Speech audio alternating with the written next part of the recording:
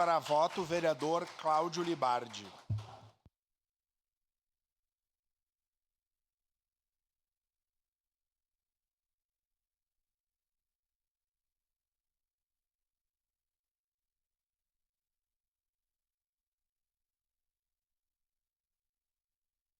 Presidente, eu só gostaria de reiterar, fugindo do tema, como todos os demais fugiram do tema, o que nós estamos votando.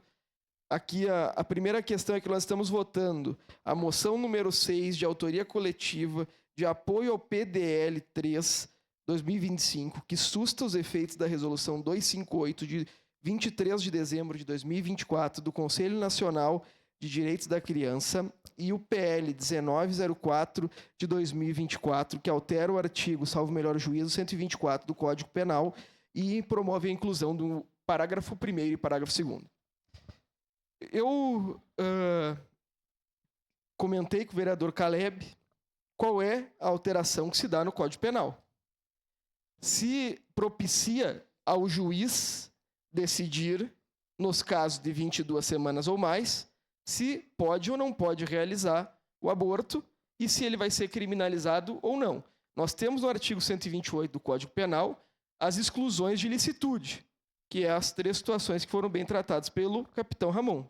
O que eu queria falar aqui é que quando nós temos uma competência legislativa, eu entendo, vereador Pedro, que nós devemos legislar efetivamente. Transferir a competência para o juiz ou não para um médico, por exemplo, é um problema nesse projeto de lei, presidente. A primeira situação, e é um problema para o senhor e para todos aqueles que têm uma posição diversa da minha, porque o competente no Supremo Tribunal Federal por sorteio para decidir como se aplica a legislação é o ministro Alexandre de Moraes. Aprova, eu estou lhe falando que efetivamente pode ocorrer, aprova o PL, vai vigorar. O juiz vai decidir se pode ou não pode. O Alexandre de Moraes, simplesmente sendo suscitado, pode determinar a liberação de aborto em todos os casos. Então isso aqui é muito mais perigoso para quem é a favor do que para quem é contra. Eu peço que todos leiam o parágrafo 2º da nova redação do artigo 124. Vou votar não, presidente, reitero o que eu falei anteriormente. Muito obrigado. Obrigado.